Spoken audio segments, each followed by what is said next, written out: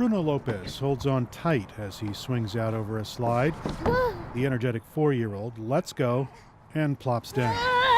A bit scary at first, but it doesn't keep him from another try. Down? Yeah, come down. No, I don't want to go down. I'm not going to go down. I'll wait for you right here. Rudy Lopez smiles as Bruno runs around the play structures, but Dad is also keeping a close eye on his son.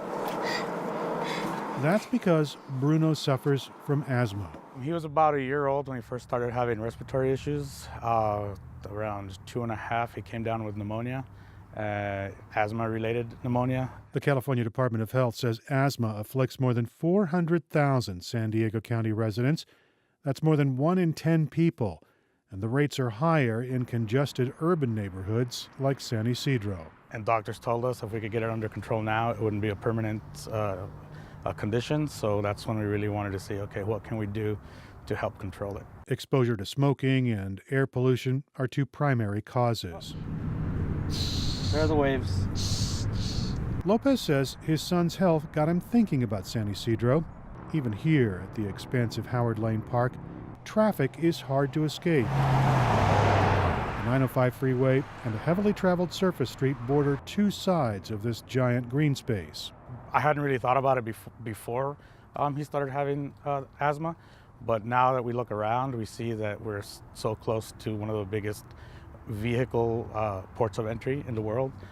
We have 3 freeways here in San Ysidro, one of them which carries considerable amount of truck traffic. San Ysidro is a community with about 22,000 residents. Most of the homes are rentals. The tightly clustered houses are squeezed in between the international border and the freeways that funnel traffic north and south. The California Environmental Protection Agency and the State Office of Environmental Health Hazard Assessment track pollution in the state, especially in economically challenged areas like San Ysidro. Cal EPA's Alex Barnum says the state is getting a better picture of the risk here, but he knows there are shortcomings in their data, especially around the U.S.-Mexico border. We are trying to get a better measurement of that pollution, and as you say, pollution doesn't respect borders. It's something that we have to do a better job of in terms of gathering data around the border. That's important because the state's analysis identifies priorities for funding. If there's a pollution problem, the region could get help building parks or more bikeways.